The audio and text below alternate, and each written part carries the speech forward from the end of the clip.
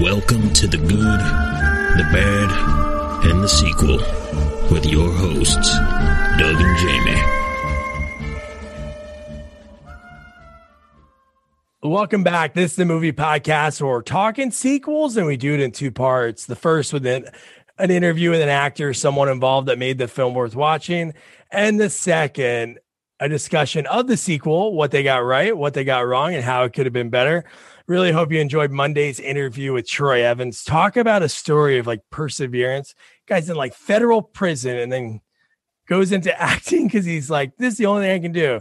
Then he went on to be in like cult things like Twin Peaks, Ace Ventura. He's on Bosch right now. And of course, his role that he kind of despised because he doesn't like horror in Halloween 5. And that's our Halloween movie to close out our second annual Scary Sequel Month. But before we talk about this absolutely insane sequel, I don't know. This and Child's Play 3, I don't know how we got that dealt. The sequel gods are not looking down on us in a good way. But before we talk about it, I got to introduce you to my partner in the sequel watching journey, Jamie Riccardi. Jamie, how you doing, man? I'm doing great. I'm excited for Halloween. I wasn't excited to watch this movie. And I'm definitely not excited after I watch the movie. I really can't wait to, dive into this because I'm kind of new to the Halloween franchise, even though it's been around forever. I never got into it. I'm more of a Freddy and Jason guy. So definitely have a lot of questions. Yeah. And it's funny, like on Twitter, like when we post things at Sequels Only, you always see like Halloween is like the most popular franchise. And I get it, but I don't know. I feel like I don't get it. I don't get it. I know, I can understand maybe the first movie. Everybody talks about second how one's iconic. awesome. I watched the second one the other night. It's still good. Again, that's your opinion. I just must be the music. I have a question about the music in this. I feel like the music in this movie was played on like xylophones. Like it wasn't. It wasn't like the original like scary music, and like some of it was like corny. It was like almost like I don't know. We'll get into it. We'll get into that, but let's introduce our guest, who he is a Halloween fan. I saw him post photos with, I think, the original Michael Myers, right? It wasn't the guy from this one. Oh, yeah, sure. All of them. All of them. Okay. All of them. Look at that. And it's Scott Snow. Scott, how you doing, man? Great. Thanks for having me. This is fun. Thanks for coming on. And like we connected, we kind of talked about this before, like in a podcast group, we went back and forth. I feel like I know you. This is the first time we like ever like kind of talk face to face. So this would be cool. And real quick, let the audience know you have a podcast that's pretty cool. Yeah. Well, thank you for being really supportive at the beginning there. My podcast is called All the Hats We Wear. And it's basically helps entrepreneurs learn the time management skills they need to be joyful, productive, and fulfilled. So there's a lot of creativity in there, work-life balance, and it's fun. I have guests on sometimes. That's All awesome. the hats we wear. Thank you. Very cool. Yeah, and there's allthehatswewear.com, right? That's right.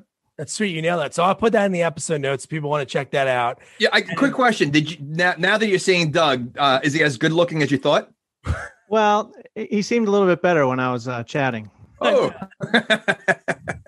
I was like 19, jacked. But, Yeah.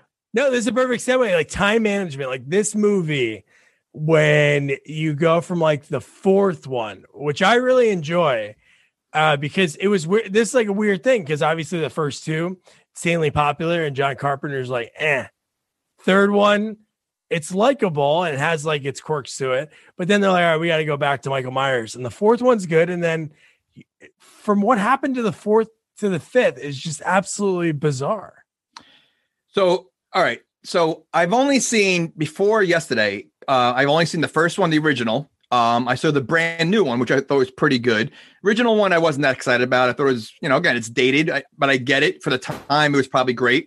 I did watch the fourth one last night to kind of lead into this fifth one.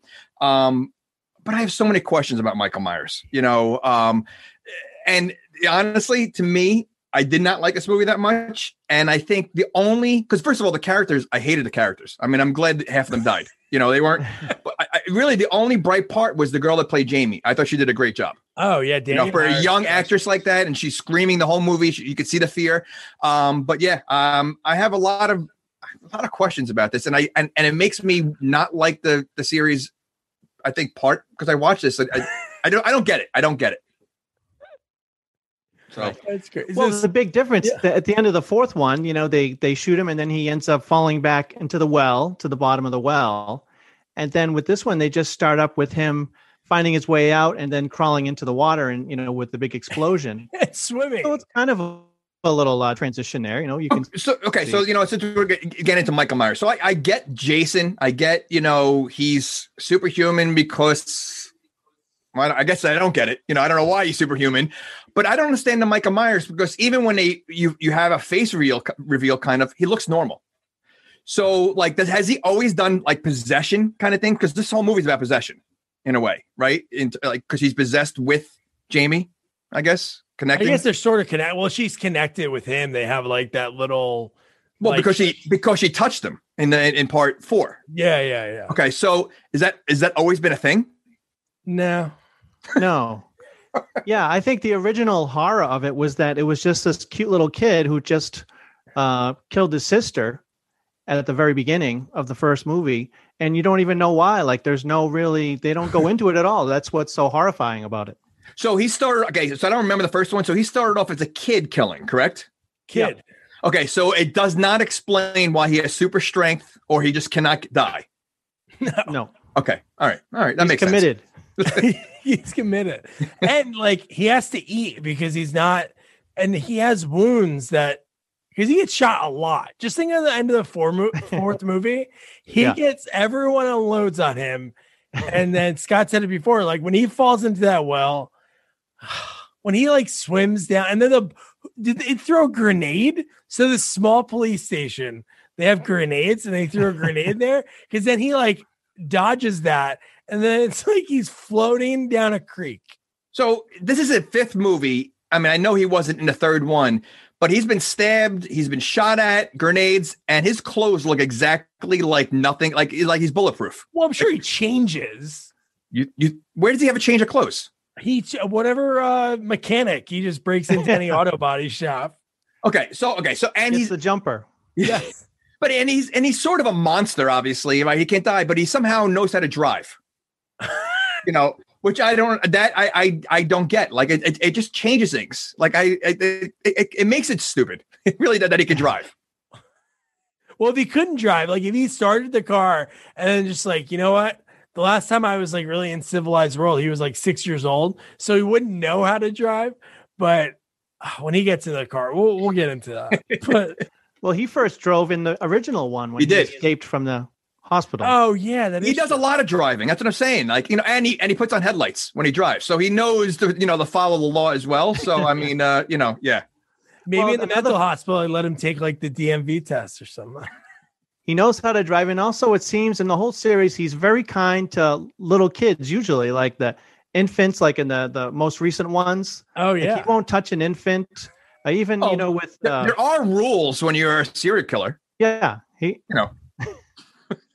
Michael, why don't you kill kids? He's like, that's where I draw the line. Everyone else is on the table. My niece, I try to stab her multiple times. Yeah. Okay. So the rule is if you're under 8 and under, he won't touch. But if you're 9 years old, then it's free game. You must be this tall for me to kill you. Right. Oh my God. So then we didn't talk about the intro too much, but the intro, they just show Halloween 5, really quick. And then why is it a man carving a pumpkin so angrily? It's just knife slice. But you don't realize it's a pumpkin right away. You don't, yeah. Right. So all you hear is a slash. And to me, that is more like Friday the 13th-ish. It reminded me that would be a beginning for Friday the 13th because he's got the machete, he's slashing. It's not a Mike Myers kind of thing. So I was like, what are they what's going on here? And then you see it's a pumpkin. So we're supposed to be scared of this guy slashing a pumpkin. It made no sense. Well, that's the same intro as Leatherface, Texas Chainsaw Massacre 3, when he's putting together the mask in the beginning of that movie. Wait, you're comparing a guy making a jack-o'-lantern to Leatherface carving human saying flesh. What you said. If Jason was doing something like that, well, obviously, if Jason was cutting up a Halloween pumpkin, it wouldn't be scary. No, but Leatherface was using human flesh. Well, yes. So how is that the same as Michael? I'm saying that's that fits the bill. Michael Myers should be doing something like that. That's what I mean. Okay. And I think the beginning of the second one, there was also the big pumpkin beginning. Oh, yeah. So it was slashing of the pumpkin? Yeah. No, I don't think it was slashing. It was just like it just zeroed in on it. Yeah. I guess they have to get the point of Halloween across. They do. Right. Their pumpkin budget. They need to make sure that they show it. So then, I thought in this one, the music was done by Alan Howarth. I know that's, the original music is by John Carpenter, of course, but I thought he did a real good job with the pacing of the music. And right from the very beginning with the intro there, I thought that, he was really using the intervals of the melody really kind of in a smart way. And I thought throughout it was pretty thoughtfully put together, the music. Yeah, it's funny. Oh, go ahead. No, I was gonna say I watched after while I was working today, I put on the Halloween 5 like behind the scenes, and he was talking for a good 5 minutes, back and forth with other people talking about it. And they were talking about when they showed the two bumbling cops, and he even said he goes, the director said he wanted something kind of silly or cartoonish, so he just did that and thought he was just doing it to appease. And he thought in his head it would get cut. And then when he made the movie, he was like, oh no, because he was like, yeah, it sounded like circus music. It did not fit at all. Yeah. It's so stupid. But there were points when you hear the Michael Myers music, it is creepy music. But there were times I'm not kidding. It sounded like when Jimmy Fallon uses those instruments, those. Yeah. It sounded like they were doing the Michael Myers music on one of those, on the children's toys. I don't know what they were aiming for. Well, they were just trying different things. But the one time it would go the dun and then it stopped, and then it was meow wow, like a guitar solo. Well, on IMDb, they said that it was actually a homage to 1972's Last House on the Left. Oh, nice. The Wes Craven with the bumbling cops with a clown kind of theme. Yes. I did see that too. Okay. It is kind of an indirect reference, I guess. All right, and before we dive into the movie, so I'm sure we've all put on a mask at some point. It gets uncomfortable within 5 minutes, when you're wearing a mask. This mask on him does not move one bit. It's perfect fitting. It never moves. Yet when he takes it off, it looks like it comes off in 2 seconds. Well, it's very loose on the bottom. That's what I don't like about the mask in this movie. Even though the fourth movie, it looks very flat and too white. In this movie, it's bluish almost. And it's just cut the way it is. I don't know. Yeah, I don't know how you can screw up the mask. Just take the one for number 2, the mask was perfect. It fit just right. It was tucked in this one is just. It's well, is this the same Michael Myers in every movie? Same actor? No. So maybe that guy had a smaller head. Maybe. But just make it fit right. That's your whole job. I know. Or just like Scott, you said, it's kind of like Friday the 13th, which that's what's funny about these movies. I guess Michael Myers is kind of different to the lore, because it seems like the movies don't. This one, obviously, the beginning changes in the way they change Jamie, which we'll talk about in a second. But all the Friday the 13th, their job is to kill him at the end, and then basically in their eyes, they're told. I watched all the behind the scenes and they're pretty much yeah, they told me to kill him off. Everyone they try to kill him off because they thought it'd be forever. And again, change the mask in every movie, change what he's wearing in every movie. It's I don't get it. From 8 to 9 to Jason Goes to Hell, which is our next sequel, the mask is totally different. And it's what happened in this time frame? I don't know. I hate when they change those perfectly, the things you can't screw up, when you screw that up. But you mean change a different actress for the same role? Yeah. Why would she possibly not be in this movie? I never recognized her, so I'm sure she's not in a lot of stuff. Wait, who are you talking about? Rachel. Isn't that a different Rachel? No, it's the same Rachel from 4. That's the same Rachel in 4? Yeah. The blonde. Are you sure? Oh, yeah. Yeah. Oh, all right. Then that's my fault. there is another blonde in this one that she's talking to another friend. Yeah. No. Yeah, I thought it was a different actress. All right. I don't know. I think what this movie has a problem of people going missing and really no one caring. They forget about them. But Yeah, we'll get into that. Yeah. So then we find a man in a lair with a parrot. where like, how is this even in anything? How is this in the script that he goes to this lair that's like off the river, that this guy's like living off the grid, I guess? Well, he's like a hermit. You know, he's probably like a homeless guy, you know, that just living under a bridge or something, whatever.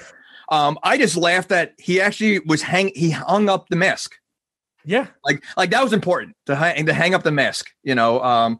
Yeah, it just, you know, I guess they needed some silly way to bring him back, I guess, you know, and he nursed him back to health. And then, yeah, he nursed him back to health. And then he kills the guy. Yeah. Yeah. He's kind of selfish like that. Yeah. And then like right from there, like when he takes the mask off and hangs it up, and you just see like Michael Myers like resting, and then it goes Halloween Eve 1 year later. And I'm like, and then so he only moved when Jamie had like a seizure or something. Like she started shaking, right? That's how he woke up, like when she had a dream, and that's how he woke up. So like, why did it take a year? I don't know. Maybe he was like kind of, you got to think he got shot 47 times. So maybe he finally healed up after a year and he started waking up, and then that caused, I don't know. Cause that's the only time she has those visions, right? Is when he is like, well, I guess that doesn't make sense. Cause in the movie she does it for the most part later when he's like stalking people that's close to her. So I guess maybe she's close to the homeless hermit. I don't know. So what's his end game? Like, what's his problem? Like is he just trying to wipe out his entire family? Is that his goal? Like, what's driving Michael Myers? Well, that's what Dr. Loomis does such a great job of describing. Like that he's just pure evil. There's nothing behind his eyes. Like he tried to work with him for 10 years at the psychiatric hospital and just couldn't get through. He wouldn't talk. So that's it. He's just evil. Okay. In fact, they call him the Shape on the set. They don't call him Michael Myers. They just say the Shape. They refer to him as the Shape. So right. Okay. I was reading about that because they were talking about what they were going to do with 5 in the script, and because they didn't know which way to go, like which angle with like Jamie. But I hated this. The fact she was she's 8 or 9 years old and she's doing all this. Yeah. Like being like, she's like a mute.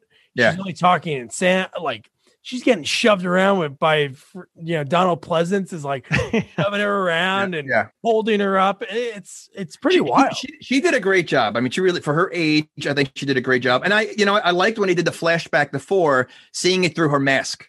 When you see that's really wild. That was very cool. That was a cool way of looking, through her eyes of how she killed her or stabbed her stepmom. So I don't know if you know this because you haven't seen one in a while. That's the same outfit that Michael wore when he killed his family. That clown outfit. Oh, really? The pom-poms, yeah. Oh, I did not know that. Now you know. Okay. now you're making me think of Dr. Loomis with his overacting, no. Oh, no. I know. He gets but that's at the end. Sorry. He's a great actor and he gets crazy in this movie. Yeah. It wasn't like so that he wasn't always this physical or mentally abusive in other movies like he is in this one. Okay. You saw 4. In 4, he's more like just like he's coming, sheriff. He's coming back. But he wasn't dealing with a 9-year-old. Like this one, it's just basically him and Jamie, and he's kind of a dick. I mean, that's one question I wrote down many times. Why is he there? He's around her all the time. It's almost like he's living there because there's a few moments that things happen, which seems in the middle of the night, and he's like in the room really quick. Well, can we discuss then where she is right now? So she's at okay. So it looks like she's at like a slum apartment building, like, and that's a hospital. Yeah, it's like a children's psychiatric hospital, I guess. But it looks like an apartment, especially when she's running. It looks like they're empty rooms. It looks like an abandoned apartment. Like, right. Like who's putting this girl in this place? Yeah, who did put her in there? Yeah, that's a good question. I did think it was kind of like a dreary, dreadful. A lot of the movie is very dreary because, for one, when kids are involved, I don't. It turns me off when kids are bumming out that bad. I mean, the poor kid can't even talk, and it's constant lightning in the dark, and you just feel horrible for her. Well, like we say in every movie, adults are always like kind of the bad guys. Like, even like when you have which I couldn't stand Tina. I think she was the most annoying character ever. And plus they don't really explain who she is. Like I had no idea who she was this whole movie. But like she's ignoring, she was supposed to visit Jamie, then she didn't go because she wanted to do her own thing. Loomis is treating Jamie horrible. Like adults are not treating her. This poor girl just, has an issue, and then they're treating her like crap. Like adults are always horrible in these horror movies. Well, just to cut to it now, and then we just don't talk about it later. But how about the fact when she finally speaks? We'll talk about what leads up to it later. But she finally speaks. She's so excited. She's like, Tina. And then we cut to the next scene. She's speaking perfect. I thought she was going to talk like that. And I was like, please don't go that route. But then they're having a great conversation. And she's like, I got to go. And she's like, no, Tina, stay. She's like, you'll understand when you're my age that you have to do this. And it's like, what, leave a kid all by themselves? So is Tina a friend of Rachel's? Is that what she? Yeah. So, like, why does she seems so excited for Tina more than anyone else? Like, she doesn't even question that Rachel's missing. Like Rachel's her stepsister, and she just was looking forward to Tina the whole time. But Tina's kind of more cool. Yeah. Well, I mean, you saw her singing her song. Da da da da da da da da da da da. She was just too peppy. Like, first of all, I thought she was girlfriends with Rachel in the beginning. I thought it was Rachel's girlfriend. Like, and then it looks like she's trying to get with the other two couple. Like, I don't know what her deal was the whole movie. I don't know who her boyfriend was, and then I don't know. Well, she was with the nerdy greaser. Right? You mean the two dorks that were the two hot girls? Like, that's not Mikey. The creep with the car, the 67 Camaro. Both of them. There's no way those two guys are getting those girls. Okay, so that's movie world. But to talk about Rachel, so the next scene, Rachel's like she's in the hospital. She's consoling Jamie. And this is like, it's not like Michael can hear this, but it's almost like he knew that Loomis was trying to get her to go to like the cabin, wherever that is. So when she does go missing later, it's like, oh, she's got to be at the cabin. But you don't think she would call or check on her? That's what's crazy. They don't mention Rachel the rest of the movie. I know. I mean, it's just so weird. I think, first of all, Michael Myers knows exactly where to go every single time. And I wonder, because they have that connection with Jamie, can he see through her eyes? Ooh. Because he always knows where to go, or like they have that connection. I wonder if there's that vision that he's able to see, because how else does he find everybody? Middle of the woods, he's able to find her. So I wonder if he can see through her eyes. It seems like a theme with a lot of the horror franchises, though, to start getting into the telepathic connection, with Friday the 13th. Oh, yeah. And I don't know. Maybe they just needed an idea to keep it going. Yeah, well, they needed something to keep this move. And then the next part, we get him peeping in broad day. That's what I understand. So a year before this, okay, a guy in this mask, and then years before, a guy in this mask murdered people. So A, why would anybody wear the mask? And B, there's another, we'll get to it in a second. But so anyway, he's peeping broad daylight. So somebody sees him, they would just be like, holy crap, that's Michael Myers. Because who would be caught dead? Wouldn't that town be like, hey, nobody wear that mask, or don't sell that mask? But he's just in the bushes, barely hiding, watching Rachel do like risky business. I always liked her. I remember like when I saw 4 really young, I'm like, when you see Rachel at the house the first time, all you see is her legs. Like the camera from the kitchen to the dining room, always following her legs. And then she's walking up the stairs and she lifts her shirt up as she's walking up the stairs. Like, it made no sense. But Michael Myers does peep the whole movie. He does. Somehow he's always there right when someone's about to get naked. So I think he's a little peeping Tom. Well, how old is he? He's got to be a virgin. So why is he got to be a virgin? What do you think? How does he go on a date? Do you think he's like he drives a car? So listen, Chucky got married and had kids. You don't think Jason could? I mean, Michael could? I don't want to talk about Chucky.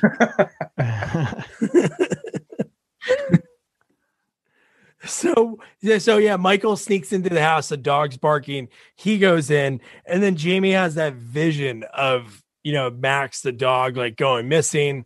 So then Rachel goes to look for him. We know this whole time that he's peeping in the house, different like POV. So then Loomis is like, get out of the house now. And so then she goes outside, calls the cops. And mind you, not changing, running out in a towel. And then when the cops arrive, she's in a robe. So yeah. Is that the neighbor's robe, or did the cops bring a robe with them at all times? Maybe the cops always have a robe in case someone's running around naked. That's pretty smart, actually.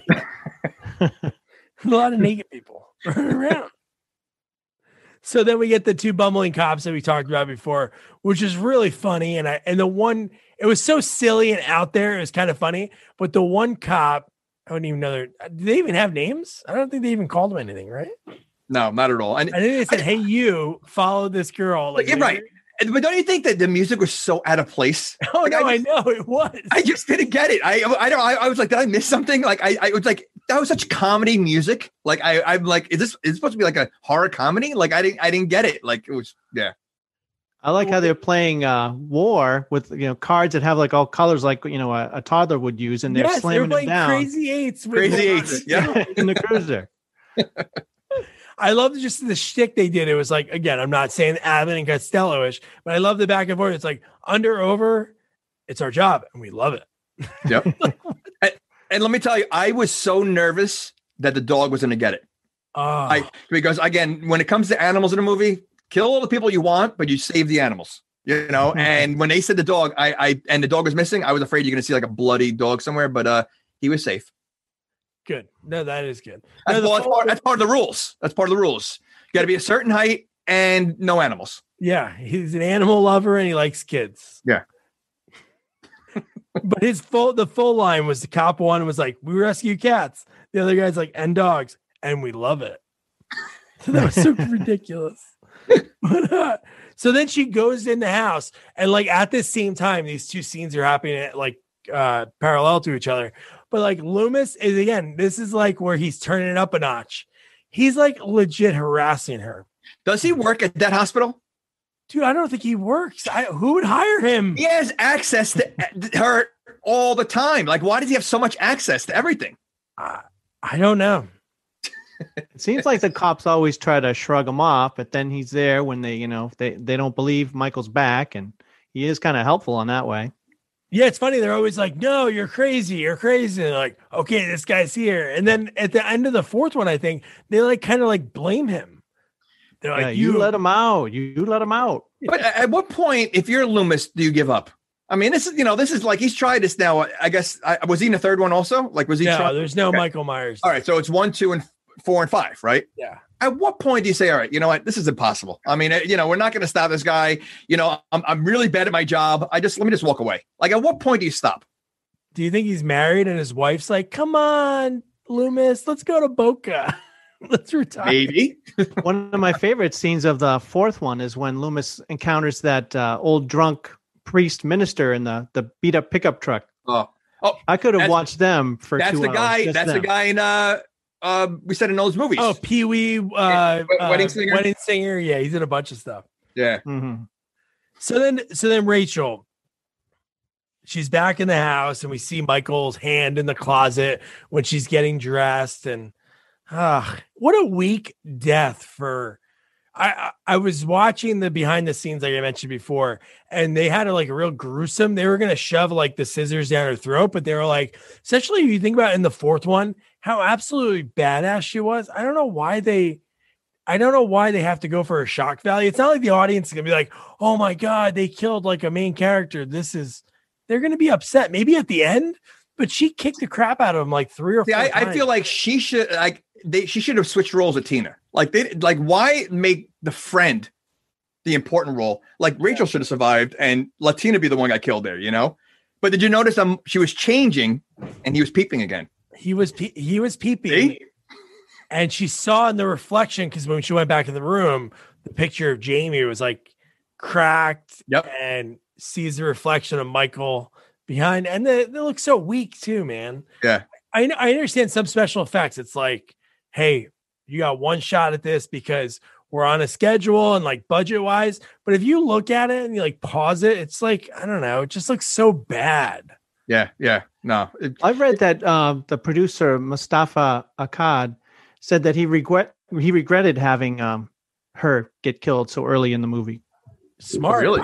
Honestly, I Rachel. would have, like, for shock value, if you want to do shock value, kill like Dr. Loomis. Have him being stalked. Like, we don't need him harassing the kid the whole movie. Like, have Rachel be like the hero, kind of like she was in the other one. But I don't know. Yeah. Oh, you needed Loomis to set up the trap at the end. Yes. So you can't kill him. That was Right. They said they wanted to show it so that, well, even if Rachel could get killed, then no one's safe in this movie from Michael. Ooh. And can we speak about Loomis for a second? That scar on his face. So he got burnt, right? Is that what it is? In the second one. Yeah. It looks like his face was on a waffle iron.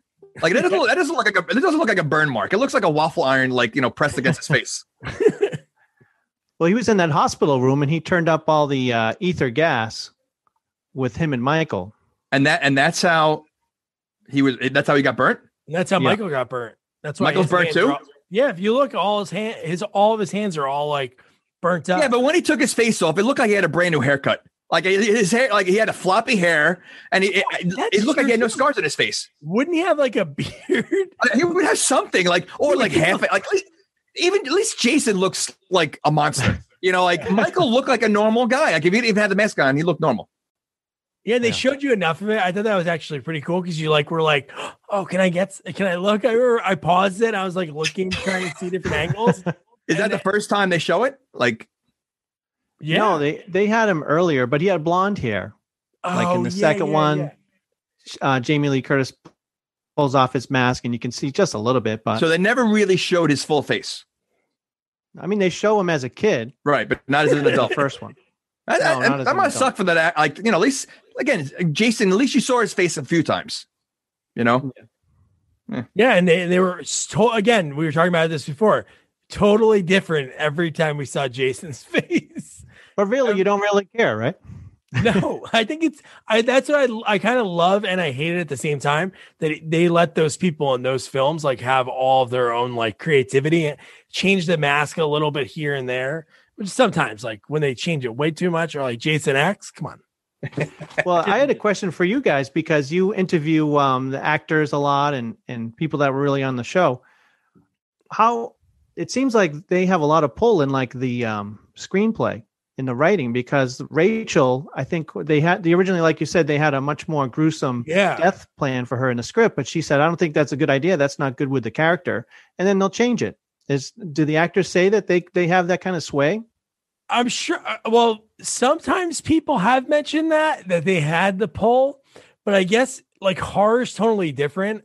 But I get it because I saw Rachel talking about it. She was like, I was against it, and then she basically put her foot down, and they changed it. But yeah, you could see that like when they try to like do their own lines, like improvise lines or change the scripts a little bit. But they have all the power. You got to think about it. If you want to make your actor like work harder, you like give them that kind of power. And then there's some directors that are like stick to the scripts. Yeah. So. I think some of the, again, like, I don't think she was that famous back then that if you put up too much of a stink, they could easily replace you like they did in Nightmare on Elm Street, when they was it Tina? They get two different Tinas. Well, yeah. Well, with Patricia Arquette, right? So, I mean, I guess if you're going to try to pull your weight a little too much, they're like, all right, goodbye. We'll replace you with someone else, So I think you just have to kind of, accept it. Yeah, because like in Jaws, they had scenes that they thought was too brutal and too gruesome, and Spielberg made the decision to cut them. You would think, just be quiet and do your thing, and then wait, they had scenes more gruesome than Quint, because that scene was pretty gruesome. Yeah, the part with the guy on the rowboat, the one they shot it with him, with the blood is just squirting out of his mouth and he's getting dragged. Oh, jeez. And they just thought it was just over the top. It might have been, really, because how that movie is, it's not seen. It's listed as a horror movie, but for me personally, I don't think it's a horror movie. I would say it's like, I don't know, comedy, like action-ish, suspense, maybe suspense, yeah, but not horror. But so Rachel's dead. Tina shows up to the house. The dog's in the backyard. She's totally cool with the dog being in the backyard. And then we still see that Michael's in the house. And you're like, God, is she going to get it? Like, I didn't know what was going to happen because he's like in the house. Like, you can feel when someone's in the house, maybe because she's like so bubbly and she doesn't stop moving. She doesn't like feel it until like later on. Then she gets a little spooked because she see it. Did she see something on the ground or no? No, she grabbed a teddy bear and she was holding the teddy bear. That was weird. Yeah. So that was the first thing she did. But no, the doorbell rang. That's when she got spooked. Oh, yeah. Nobody was there. And then it was Tamara. What's her name? Tamara Glenn? I think that's her name. I think her real so, name. yeah. Samantha in the script in the movie? Yeah, Tamara Glenn is her name, and Samantha Thomas is the character. Yeah. She's great. She's another one. Like, she's only been like a few things, but man, she's like all over the cons, and you always see her name like at the one in Jersey. But yeah, so then again, right there, another like guitar solo when we see her, and she's like, wow. But they keep introducing these characters, and I didn't really explain who Tina was. Like, I mean, and Tina throughout the whole movie until near the end, like I had no idea who she was. Like, I didn't know she was related to Jamie. Like, I feel like they did a poor job of explaining who she was. Yeah, they could add like some kind of exposition or something, some kind of conversation. But yeah, I know, it's just weird. I was not a fan of Tina's. I have to be honest. I was not a fan of Tina's. So then we get Mikey showing up in his cool car. Well, I laughed when they introduced him because she yelled over to him. He's like 100 yards away, and you hear what?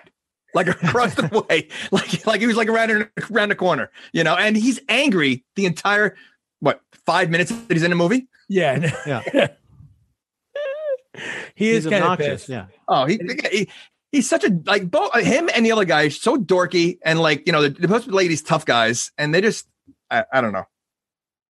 I don't think the 80s was like that. It wasn't. You were there? Like, you were in the 80s? I was like 0 to 4 in the 80s. I don't think it was like that, man. I don't think it's too far of a stretch for the attractive girls to be attracted to the jocks or the guys that are most obnoxious. The bad boys. They're not going to be attracted to the quiet, smart types. Well, right. Spitz is kind of the smart type. He wants to steal the beer. I love how much the beer was. It was like $2.49 for a 6-pack. Wow, man. But yeah, he's like, yeah, old Mr. So-and-so, we could steal like 3 cases, but you got to pull out back right now. And then right here, dude, Michael looks like he's standing in the middle of the lawn. Like, he's barely behind a tree, and he's watching them. How does he make it to all these places? Like, and no one notices. Never. Because he's a big guy who's wearing a mask that's not on Halloween. Yeah, it's not. Oh, no. It's Halloween Eve. Well, that's not Halloween. Oh, no. Is it Halloween yet right now? No. Because they have the Halloween party in Halloween, right? No. Yeah. So, no, I think that's this night. Halloween Eve is when the beginning of the movie, it was at night when she had that first vision. So we're on the next day of Halloween now. Oh, all right. Yeah, it's a long day. It's like 90 minutes of like one day. Well, I think they just always assume since it's so close to Halloween that you can just walk around the mask no matter what, and it's fine, so you fit right in. But it's so funny, that mask. Yeah. The history, I can understand if it was like a movie that like travels, like the killer goes different towns or something, and they're like, oh, maybe news didn't travel that some guys wearing this mask hacking people up. But it's like if you wore a Jeffrey Dahmer mask in Detroit or wherever Milwaukee. Yeah. 6 months after he got put away. Yeah, because later in the movie, well, I've been trying to like say this without saying it, but later in the movie, when they think it's funny to mess with the 2 bumbling cops, and they come out dressed as Michael Myers, and Tina's like, oh my God. And he raises the knife. I'm like, why aren't they shooting him? Like, seriously. Yeah. Well, again, we know that these cops are like more security guards than cops, Would you have like turned the movie off if they fired their guns and one was water and the other one said bang? I would probably enjoy the movie more if that's what they did. And enough of nothing. At this point, Tina went to the house looking for Rachel, Wasn't there. She seemed upset. Now Rachel's not even a thought the rest of the movie for Tina. Yeah, no, she doesn't match her really. She went to the house looking for her. Then she goes to the party. She goes everywhere. Not one concern about where Rachel is. So then at the same time, just before, I guess we'll talk about Mikey. So Mikey, like, he backs up his car. Spitz brings the beer out, and then he's taking forever to drive. He's like wiping the front of the car. Like he's he's obsessed. He likes that. He's a little weird. He does things to that car. Maybe, I don't know. What kind of things? Well, he fills her up. Okay. But no, when he sees a man again, you see a guy in a mask scratch your car with like a little garden hoe. And again, he has a lot of farm tools in this movie, which is so stupid. But anyway, he scratches the car and he's like, what's the first thing you do? I'm going to get out and talk to this guy. I didn't expect this to happen. You knew he wasn't going to get it just because, those jerks always get it in a movie. Not this quickly, though. I mean, they just introduced the character. He was in there for like 5 minutes. Like you would get. Well, listen, you did the same thing later on when the cop gets bumped and the cop somehow was so slow by the time Michael gets out. Like So I think I think the adults in this movie, typical, are brainless. They are. But I did like the first. It's not the first kill, but I did like the way this one looked. Like, the photos we have, it looks good. It was the first. It was a much better kill than Rachel. Because they didn't show much of Rachel. This was great, and yeah, I thought it was a good kill. Yeah, there wasn't a lot of creativity with the kills in this movie. I guess except for that garden hoe. Well, yeah, and I feel like they stole the other one from Jason with the pitchfork. Oh, yeah. And I don't know. I just wish there was one that was, I don't know. Yeah. It's got to be better. This is like the thing of the movie. Like, you have actors that you're not paying a ton of money for the most part, minus like Donald Pleasance. But like, I don't know. This should be the part that like wows people. Like, you want them to talk about that after the movie, not like. No, and you don't like, even when the cops get it, you don't see the kill. You just see them dead. Like, I think again, with Jason or Freddy, you see every kill. Like every kill you see, here I feel like, they kind of chinsed out a lot. Yeah. In the first two movies, he killed someone. Then he would just admire his handiwork. The guy is hanging from the wall and it took a long time and he's just looking and he's dipping his head. And well, is that a theme? Because I was going to question that later in the movie. Obviously you see all the bodies up in the attic or whatever they were. Does he do that? Like, does he keep them in the first one? He does that. He does. Okay. So he takes the time to, grab them and hang them up, for decoration. No, right. He definitely does. Well, because then they always have the big scene at the end where, you open this closet and when all the shit's going down, you open this and someone comes out and you're over there. And that's when everything happens.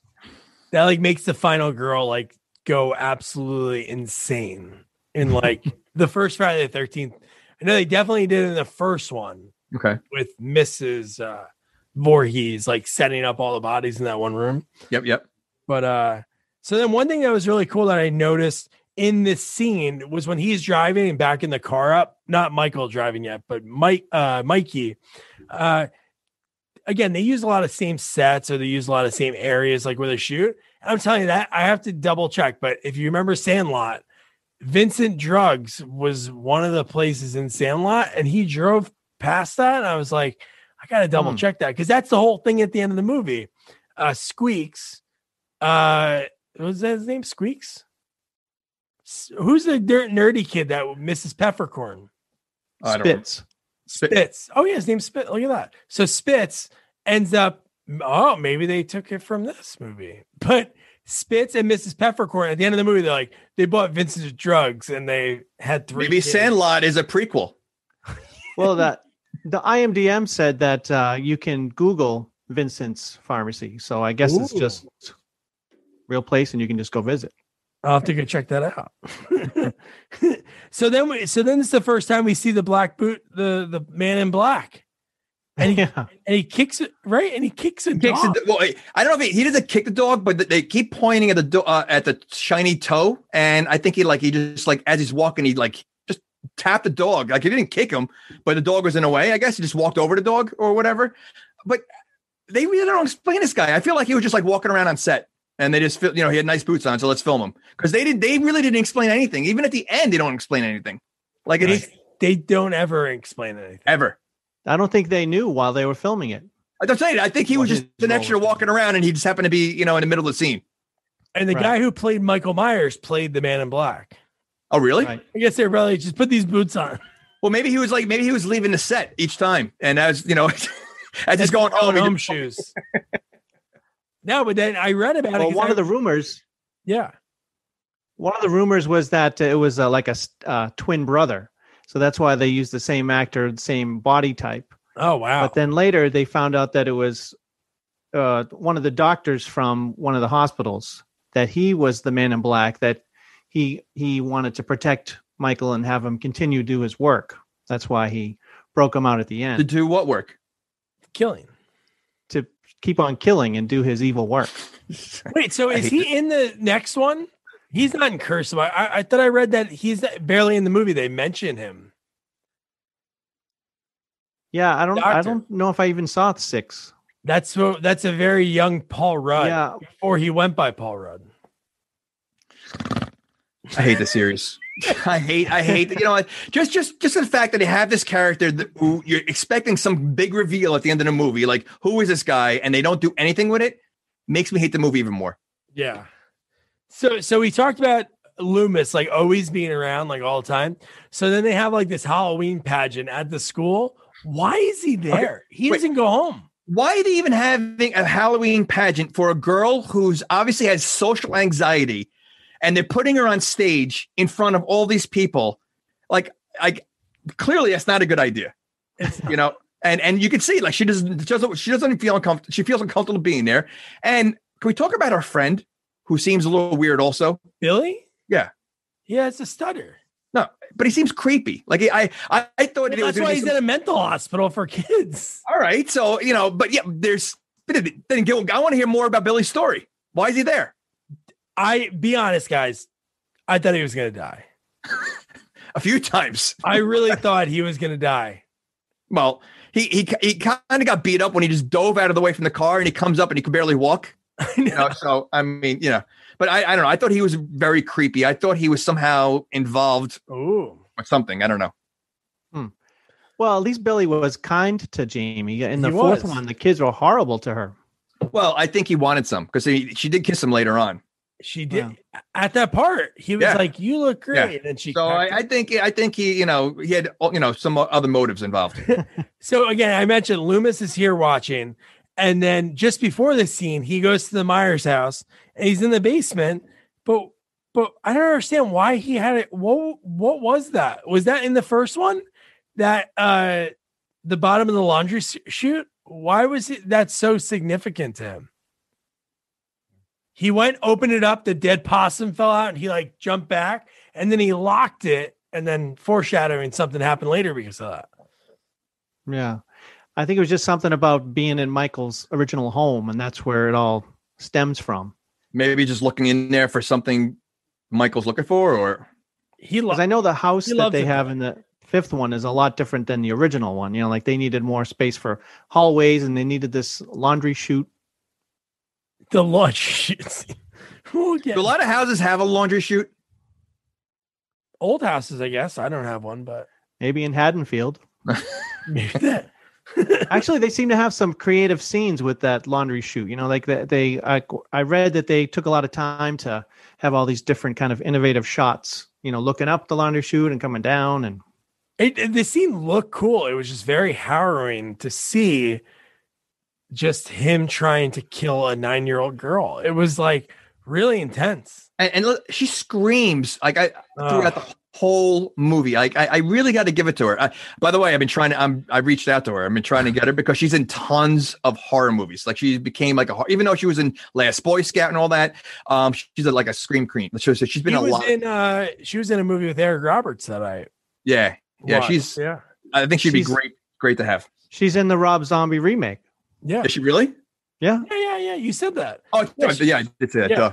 And Brad Dourif is her dad, who's the voice of Joe. With the Russian winter hat. Yes, yes. So then we get Michael Myers is picking up Tina.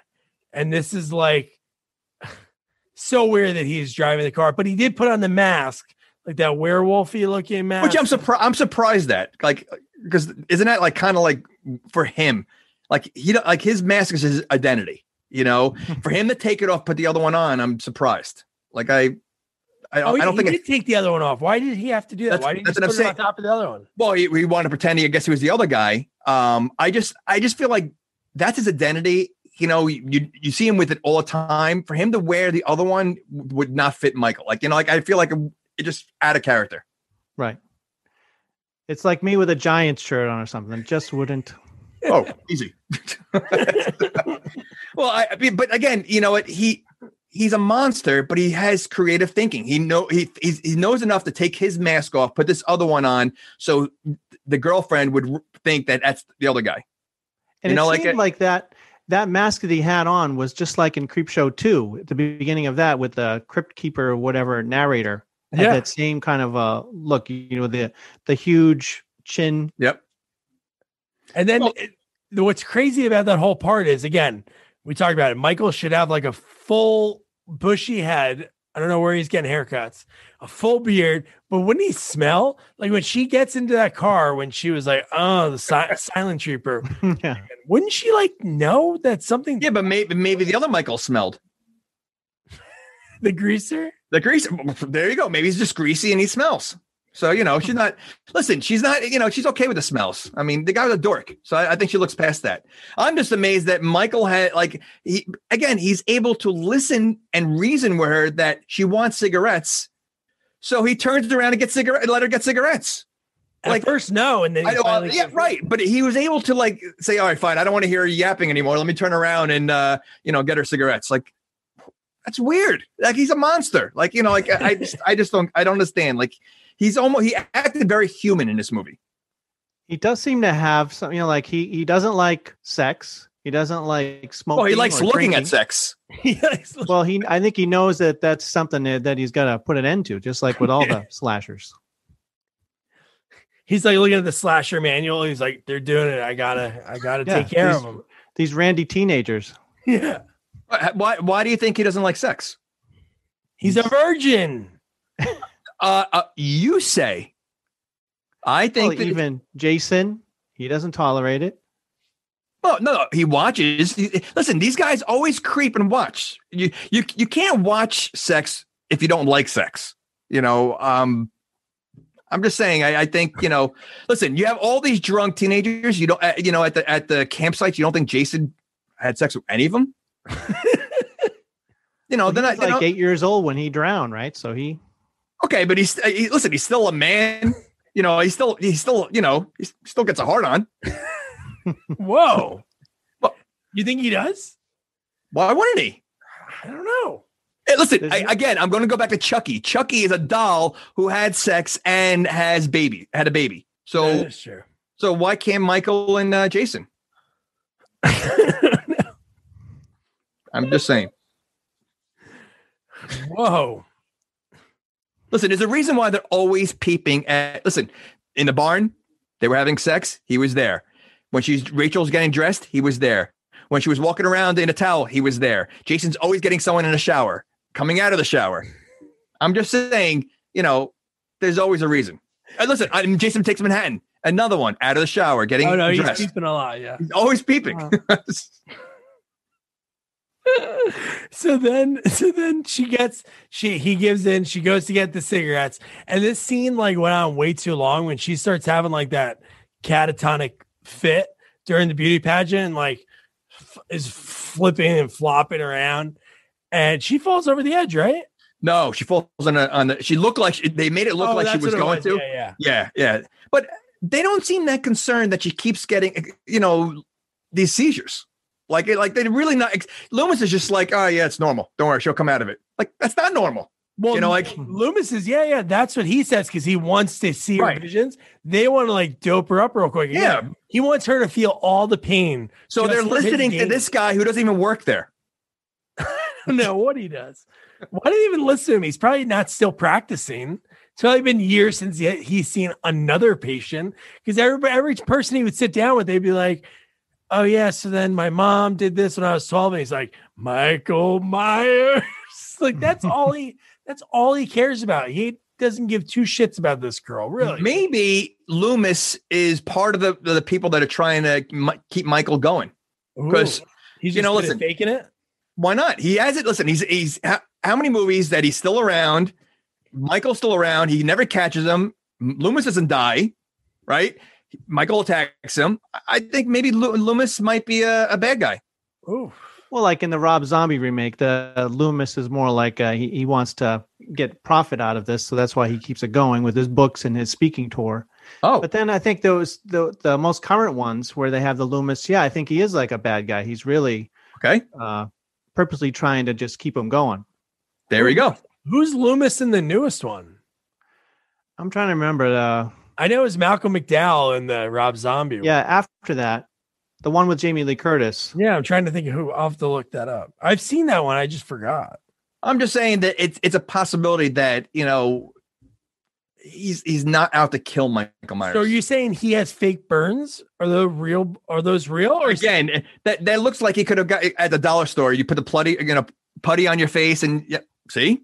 Listen, if you can find a great axe like that, you can find putty and make a little scar on your face. Nice. So this whole scene, we talked about the next part before, so we'll skip over that. But when she's doing the catatonic thing and she's like, they're like, where is Tina? And she's like, and it just went like 5 times and it should have been like 3 and get to where she is. But he's like, cookie. And I love that you have this little girl describing like a very erotic sign on like a gas station. I thought she was going to say like big boobs or something like that because that's where when she goes big, I'm like, oh, come on. And then she goes big woman. She goes, cookie woman. And the guy the one cop right away knew it. He was like, oh, I know where that is. Let's get him there. Yeah. And they get there so fast. We'll talk about the cops in this town because I don't think Haddonfield's a huge town, but there's a lot of cops on duty at all times, it seems. Well, it's a small town. I mean, the kids escaped and they walked to where Michael.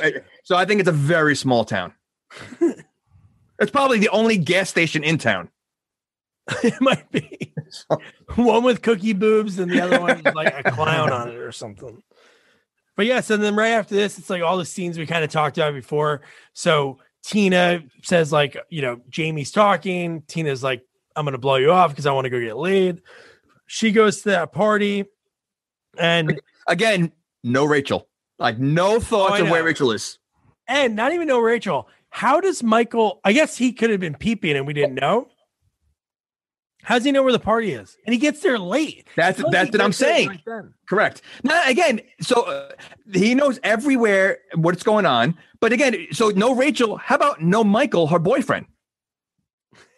She figured. So after the cop, the cops came yet? Right. This is at the party's after the cops, right? After the cops. Yeah. Okay. Yeah.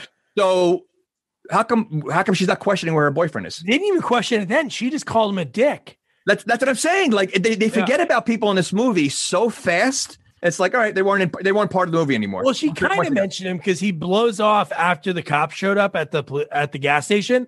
But then when she gets there, they're like, "Oh, where's Mikey?" And she's like, "Who cares?" And then she's like hooking up with another guy, and I was like, "This guy's gonna die." He was like dressed like a wolf, and I'm like, because he had so many lines to not be involved in anything. That wolf that was there. There was also an old lady that was at that party. Did they go together as the wolf and the yes? So part of his Halloween costume was bringing an old lady. Yeah. And so Scott, so when it comes to Michael, again, maybe it's perfect timing. Obviously, somehow he needs to get people away. It's not like he's going to walk into the party and just start killing everyone. What are the chances that there's like a litter of kittens that get these girls to go in the barn? Like, what was that? Yeah, that was I have weird. no idea. That was weird. It was like so silly, and they're like, "Oh, a kitten." Well, man, so they're obviously in a box, so someone's taking care of them. Who takes care of like kittens all the way in a barn like that, so far away from the house? Like those people should not have a kitten. Who's Oh, and the kitten had blood on it, right? For Tina. Well, later, yeah. That was later, not from Tina. It was just from the kills in there. Yeah. But I mean, but whose kittens are they, and who's taking care of them? Just barn kittens, I guess. Maybe farmers just throw kittens in a barn. They're like, yeah, but they were in a box. They had like a little makeshift bed. That's their bed. Times are tough for the farm. Who made it? The people that own the house. I don't know who lived there. The old lady. The old lady. She's having high school kids party at her house. But so that seems kind of weird because it was like Tina wanted to go to the barn. And that's why you just thought, like, obviously the way she acts in this movie, she's very like sexual. So it almost like she wanted to like do something. Yeah, they led to some kind of menage going in there. Yeah, but then obviously she leaves. She just like leaves, and then she goes back into the party, right? Did they explain where she was, or she was with the kitten the whole time? Who, Tina? I think she leaves and goes out of the barn because she. But then she came back. Yeah, she comes back later, and then after But they don't explain where she went. No. But Samantha and Spitz are finally hooking up. That was such an awkward scene. You know, I mean, hay is kind of sharp. You know, like I think that'd be uncomfortable. Well, it's like you have to do it. Roll in the hay. I remember reading a weird story with that movie that the director was saying that, was it Samantha, whoever's that actress, and Spitz, right? They had the love scene that they were not like, she was not into him anymore. She didn't feel comfortable with him, and that she wanted Jamie, the character Jamie, that actress, to be on set during that scene as like moral support. Wow. Is what the director said. Well, wow. Again, she's pretty hot. He's dorky, so I get it, you know. But the way they led into it was almost like she was saying no, and he kept pushing before he brings out the condom. Like I was like, "Where's this going?" Like it seemed like it was a little forced, you know. And it's funny that Spitz, in the behind the scenes thing, he says that what he thought was weird, but then he really appreciated was the director had him and Tamara in his hotel room, and they were like, with clothes on, going through what the shots would be and the facial expressions should be, which is like, that's a little weird. Weird too. It's very weird. But the way he gets, again, we talked about it earlier. It's like all farm weapons. Everything is garden tools because he's on top. Spitz gets right through the back. That was pretty cool too. That was great. Yeah, that was a good one. And hers is cool too. And I actually like the way they did that one because that's what they do in Friday the 13th sometimes. You don't see it, but you see like the blood and you see like a shadow. But when he had like the scythe, right? Remember Grim Reaper? Yeah, right. That looks pretty cool. I actually liked.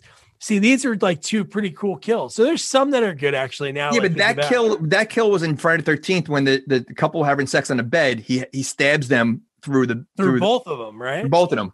Yeah. So yeah. See, that's why he's better. See, Michael couldn't stab through both of them. Jason could. Just saying. You call yourself a serial killer, Michael Myers? No one can stab through one teenager? Come on. Get on. Two birds with one stone. That's it. It is. So then this is, I marked it on my notes. I just checked the timer and it's not even an hour yet. I'm like, wow, this movie's an hour and 37. Like, how are they going to pack it in? But the rest of the movie, honestly, it went like really quick because for the rest of the movie, it's really just like kind of like one long kind of sort of scene. Because even when they go back to the hospital, it's really quick what we see. It's more like, but everything's pretty much. Well, they got rid of a lot of the annoying characters. They did. Well, Tina, we have to talk about Tina, the way she gets it. Well, first when they come out, right? She sees the cops. There were two cops that were dead, right? They don't show those kills. How does that happen? Because it wasn't like they were shot; they were like stabbed. So when you think you're two cops, one guy gets stabbed or it's slashed, the other cops are gonna sit there like they have guns. They're gonna sit there and watch. Like, I mean, like, how does that happen? Because he had to go to the other side and kill him, right? He's not gonna slash them both from one side. So what is the other cop doing while the other one's getting slashed? I thought about this when I was watching it because he looked in the side mirror and he's like, "Oh, this kid again." And then I'm thinking, like, one's gonna have wouldn't the other one have the gun pointed again? Because they can't think in their head like, Correct. "Oh, it has to be that." Right. They have to know he's still alive. They didn't find the body. But they both were slashed, I think, in their neck. So again, if he slashed into one side, he has to go around the other car to the other side and slash there. Like I don't know. Unless he's got really long arms. Maybe he does. They were no match for Michael. They were bumbling. They were in the middle of their crazy eights. But no, so I wrote this down. Tina's first line when she goes back into the barn, she's like, "Hey, do you guys want to go skinny dip?" And then that's when she finds the kitten with the blood on it. And then she sees, and then she sees the sites with the blood on it. And then she finds the bodies. So she runs out. So wouldn't your first thing would be, even if you saw the dead cops, and I think at that same point when she sees the dead cops, everyone's leaving, right? The party, like at that same time. Yeah. That's when everybody's leaving because she's like, "Guys, help, help." And then, but would you go back into a barn that you found dead bodies? I think I'd go no. Or just run. Or tell everybody. How about telling everybody? Like there was no warning. No, I know. Well, she tried to scream, but they were all gone already. I don't think she put good effort into it. She didn't. And she can scream and be loud. We know that. All right. So then, oh yeah. So then in the barn, I think we forgot another part. Was there another part that he did that whole thing again? Spitz. Tina was in the room and he put the mask on again and did the thing. Yeah. Well, a few things. First, he drops the thing of hay and scares Tina. Yeah. Right. But yes, he put when you think that Tina's going to get it. That was good. No, not Tina, his girlfriend. Oh, it was Tamara. Okay. It was right before they started having sex. Okay. You're right. Yeah. That was a pretty cool scene. But then this whole thing with Michael in the car. And he drives very well in the beginning. He's in the woods driving around. Is this the part in the driving in the woods? Yep. So he's dodging trees and driving very well. I mean, eventually he does crash into a tree, but I mean, I honestly think him driving just takes away a lot of the aura of Michael Myers. Like it just again, Jason just walks. He walks everywhere. He doesn't, I feel like it's like driving a car. It makes him almost too human. You know? And the fact that he gets so sidetracked by like, he's going to run over Tina and then he sees Jamie and Billy and just like looks at them. And then it's funny because it's the POV of the car and you just see that lights turn and he starts chasing them. I guess they had a real scare with that car crash because it crashed into the tree, going like 50 miles an hour. And the actor who plays the man in black there, I guess, did all the stunts.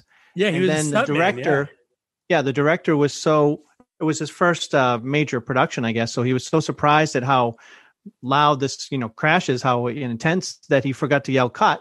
So the actor's in there and the car starts to catch on fire and then he doesn't get out. So finally someone told the director, yell cut. So then he yelled cut and then a guy got out. Oh, maybe he just wanted natural reactions. Jesus. Listen, these are expendables. They're, stunt guys. They don't show their face on TV. It's okay. Yeah. The director's saying, wow, that was cool.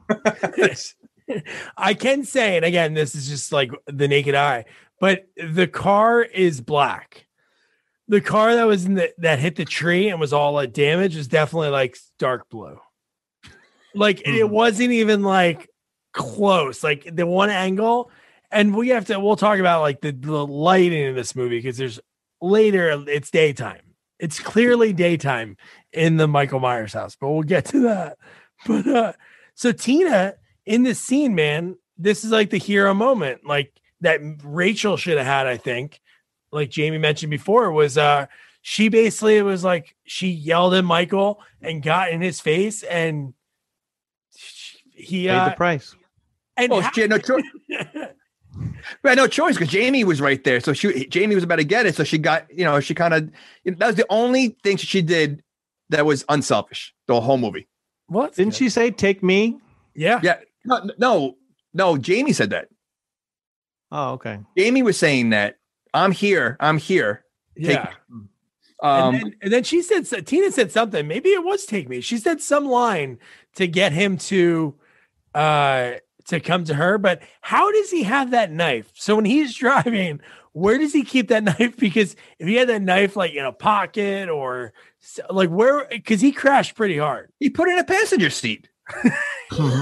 It could have went flying. Did he put like a seatbelt on there? Does he have I want to know. This guy has killed multiple adults in 4 movies, but he has trouble with a 9-year-old. Like how? Like I don't understand that. Like what? Like do you think at a point like when does he give up? Like listen, you know what? This is embarrassing for all serial killers. If anyone's watching this, you know I can't kill a 9-year-old, but I'm killing everybody else. Like I should just stop. You know. It's just weird. Sounds like a really funny, like horror comedy sketch. It's like Loomis and Myers at a bar together, and they're just like talking about their troubles. He's like, "I can't kill you," and he's like, "You can't kill me. I'm me. I can't kill a 9-year-old." And then he's like, and then Loomis is like, "I was trying to shake her up for you. I was hitting her a bunch and throwing her." Well, yeah, he can't kill an old man in Loomis, and he can't kill the 9-year-old. He should just walk around. He should walk away with his head down and just like, you know, sulking the rest of the way. He's done. Although I can sympathize with Loomis a little bit because why wouldn't she want to help out? Like she hates Michael Myers too. And every time he said, "You just help out and tell me what these messages you're saying." And she was always like, "No." Well, I mean, in her defense, she was catatonic, almost like, you know, mute. When she was giving clues. Like it wasn't like she wasn't helping, you know, I mean, they just happened to get there late every single time, you know? So like for Loomis to say, "Why aren't you helping?" She's told him every single time. Tina said, Rachel said, Cookie, like she did help the whole time. So I don't know what else like Loomis expected her to do. Well, now he is very opportunistic because when he shows up to see her and he's like, "Now are you willing to help me?" And she's like all like about it. And the whole setup of this thing. And then Loomis looks into the woods and he goes, "Go home, Michael, go home." And then how far are we in this movie? And we get introduced to friend of the podcast now, actor Troy Evans as Deputy Charlie. Like, it's so weird I understand like having like a rando cop, but a cop that has a pretty good scene. Like he has a lot of lines and he's just, I feel so bad for him. Like, God, Loomis is like a friggin' whack job, dude. It reminded me of Quentin Jaws. Yeah. You know? No, just like absolutely. No radio communication. We're just it's crazy. You know, I mean, so I we didn't address this in the beginning and, you know, I just thought of it. So in the 4th one, she is possessed by Michael, and that's why she attacks, right? Her stepmom, yeah. Okay. How come she doesn't do any of that this whole movie? Like, they don't explain why that happens at all. They don't explain a lot in this movie. Did she kill her stepmother or just injure? Injured. Because I think isn't she in the movie at some point in the beginning or something? Or no, we don't. She's in the hospital. We don't see them at all. You don't see her? I thought we saw her. I don't know. No, I don't think we see really any. No, we don't see her at all. It's really just Rachel in the beginning. No, I read that was a big idea they had. It was they were going to have the little girl be a serial killer too. Yeah, but then they would be like competing, you know, with their killing spree. But then I guess the producer didn't think that she would be very, convincing as a serial killer. Well, she failed the first time because she didn't kill her stepmother. So she's off to a rocky start. Freddy Krueger, a bad apprentice. Like, you're not gonna, you didn't make the cut. You got to make sure you kill the people you stab. Well, I'm saying if Jason taught her, the stepmother would have been dead. But Michael Myers is lame, and obviously she didn't. She learned the same way that he kills by not killing. But in a weird way, it would be less like anxiety provoking if she just was a serial killer and just going about her thing than being totally suffering all the time and shaking and in the lightning. Yeah, lots of lightning around this kid. It's only one night, but it's like the worst weather ever for like these 2 nights. So then Jamie's in the room. Deputy Charlie, Troy Evans, is, her right-hand man, like, for this, because they're using a 9-year-old kid as bait. And so she starts chanting Billy. So then right away, obviously something does happen at the hospital. But why the hell did they send every single cop except one guy outside and Deputy Charlie. Why not leave a couple more? There was a lot of cops there. Well, again, if any of them are as dumb as the two cops that died already, they need as many as they can get. I do love their jackets, though. They're very like a thick, warm. I don't know. I just like how they look. Also, with the first two, they had the sheriff's jackets that were just very nice. It seems. I think Scott needs one for Christmas. Yeah, that's all I can look at when I'm seeing them. I just love their jackets. Scott's just writing down, man, they're probably pretty warm.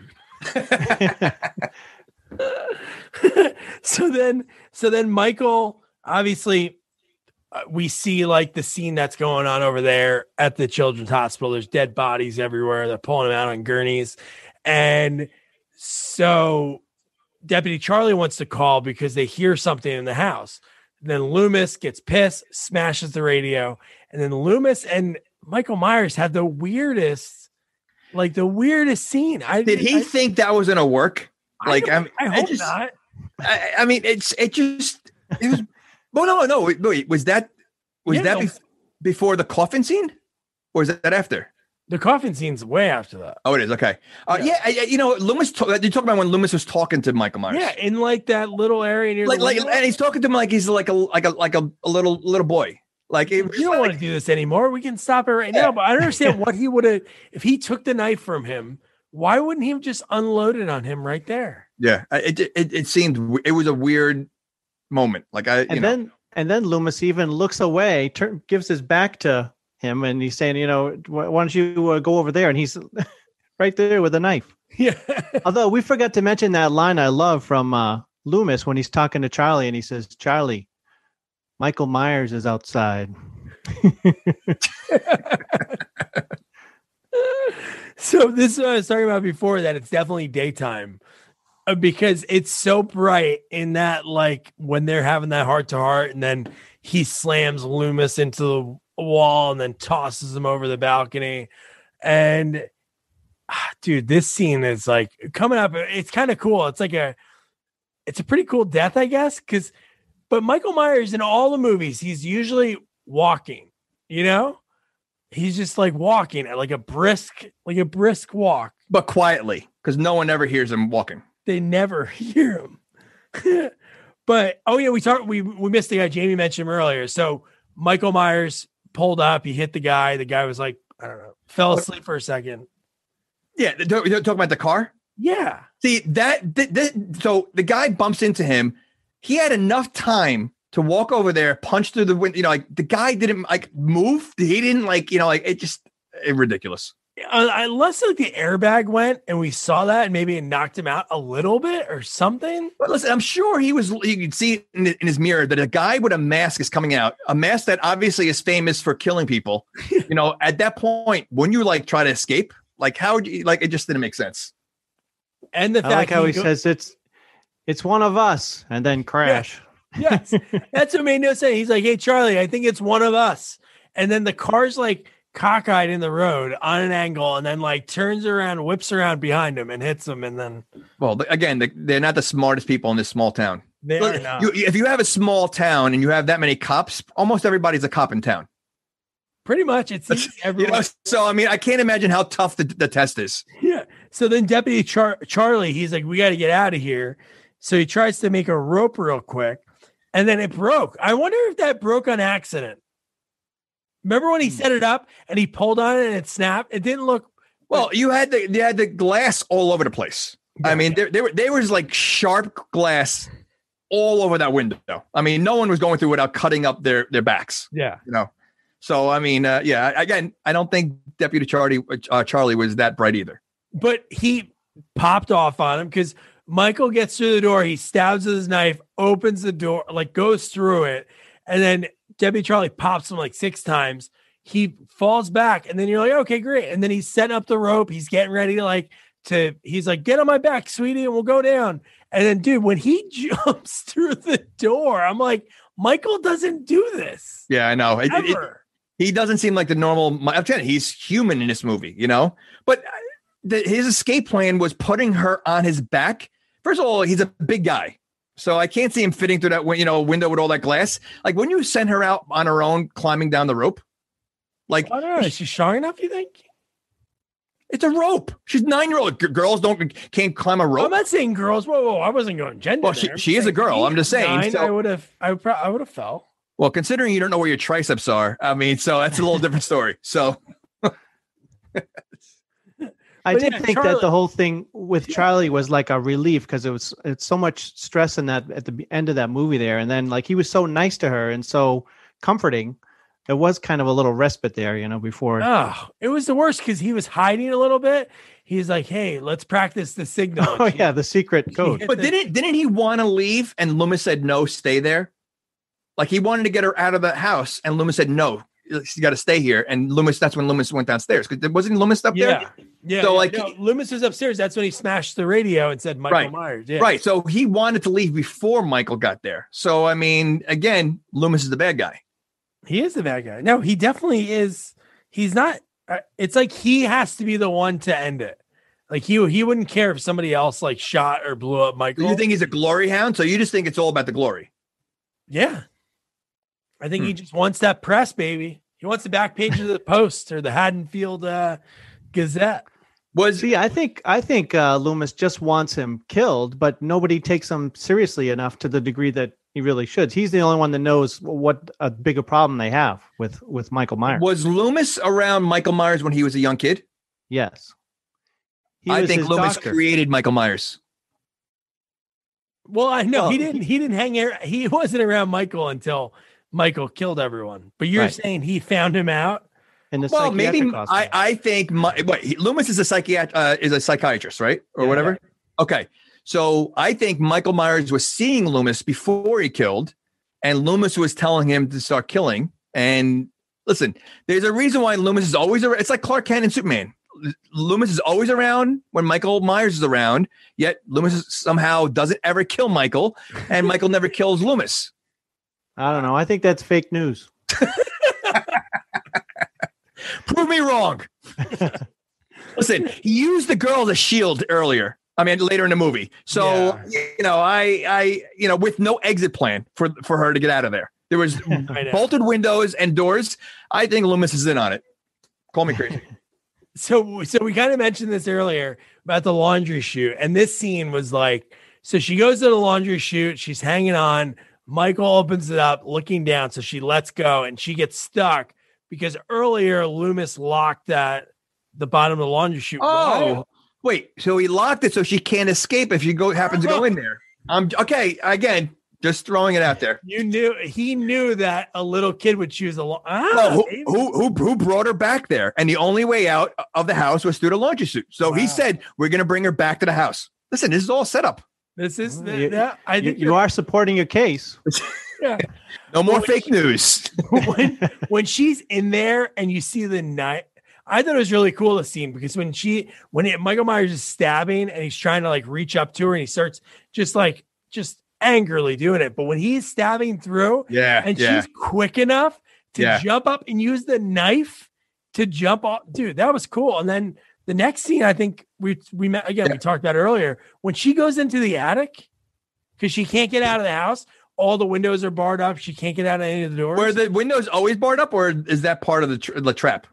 Part of the trap, probably. But no, they're boarded up probably for 20 years, I guess, right? Okay.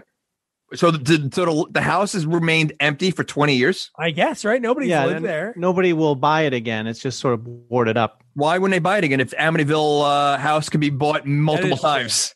Yeah. You know why? They didn't use the same realtor. So they didn't have a good realtor that cared about that commish. But so then this scene I thought was so cool when she goes into the attic, and we remember earlier that Loomis said that a coffin was stolen from the cemetery. So the coffin's laying in there. And when she goes in there, she sees dead Rachel. And who else is dead in there? There was one more body. Maybe Michael? Oh, Mikey. Yeah. The greaser was dead in there. Yep. And I think that's... Who stole the coffin? Michael did. Are you sure? Well, I don't know. Loomis said that he did, but maybe. I mean, that would take a lot of time for Michael, considering he's been killing everybody through the whole movie. That to go stop at the cemetery, pick up a coffin, bring it over there. Loomis was not around a lot of the scenes.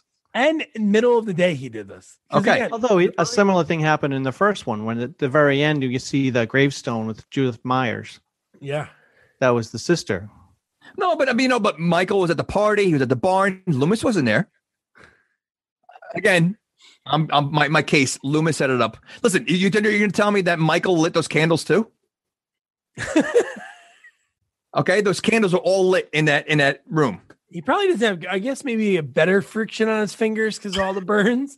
But yeah. So again, if in reality, if that was Michael, again, that's too human. It's too much thought and it's too much plan. So, it just takes away from what it is. So I like my Loomis theory that Loomis set the whole thing up. So it was kind of like sad in a sense to see a kid that's 9 years old, like want to sacrifice herself, which again, would he really stop killing? We don't know. But when she gets in that coffin and she's like, can I see? And she like points. And when he pulls it off, we talked about it before, you can like kind of see it. But when you see his tear, and again, I know you're talking about like emotion, like him doing the candles, maybe it is Loomis, but the fact that she was like, I'll help you, and that set him off. It's weird to see Michael move like that because we never see that. But he like ran back, and then he dumped the thing over. She was able to crawl out, and he was just like, kind of just like punching at.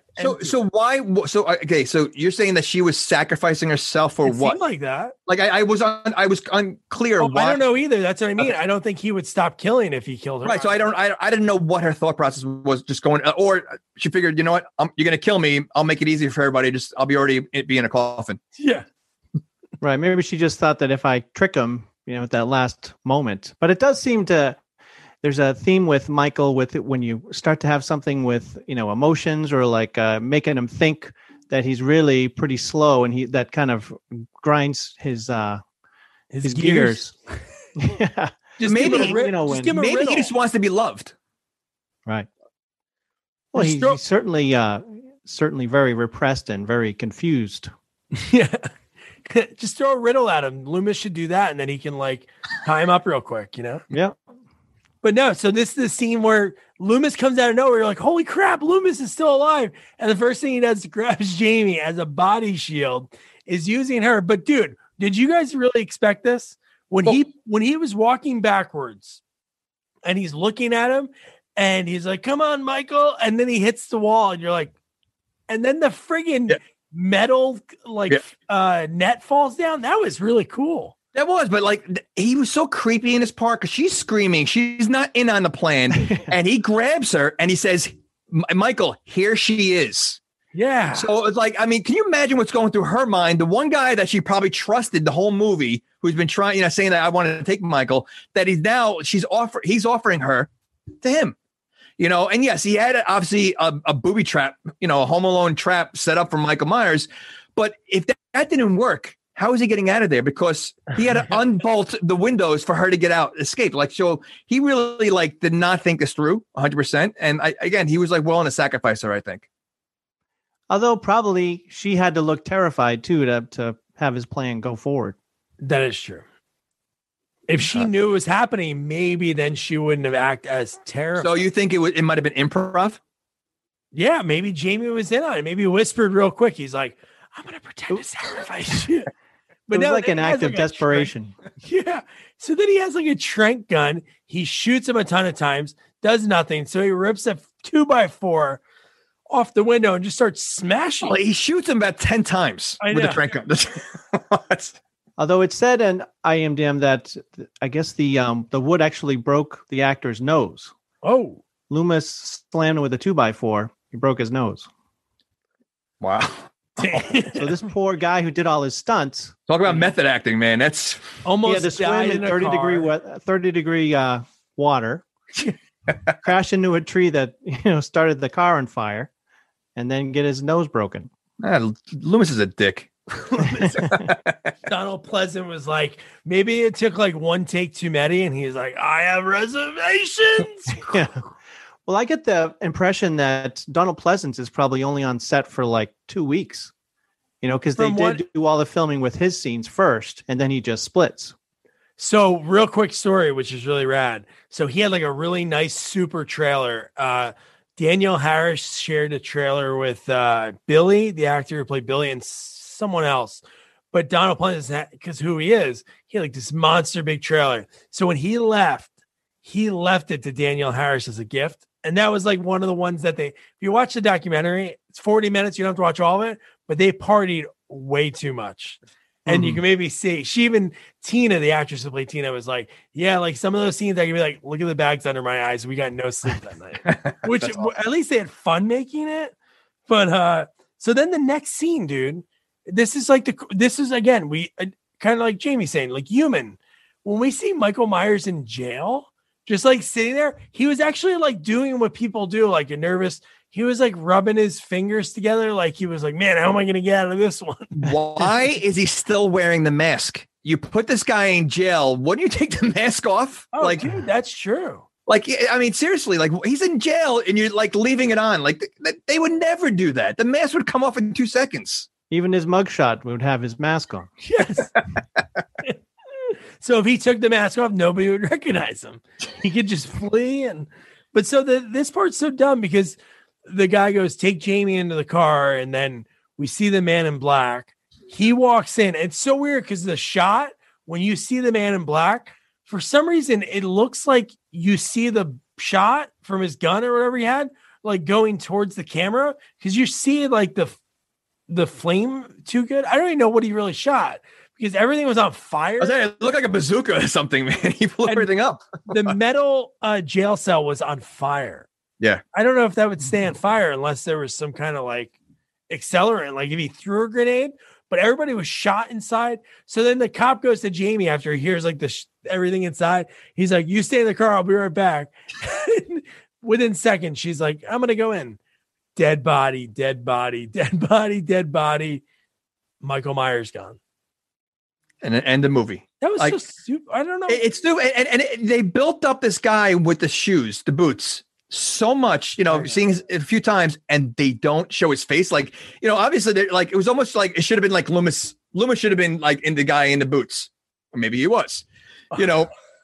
Like that would have been a good reveal. Like this whole time, you don't know, and then all of a sudden you got man in boots, turn around, and it's Loomis or someone like that. Like, they made it look like there should be a twist at the end of who this guy is, and they don't even show his face. Yeah, that was so stupid.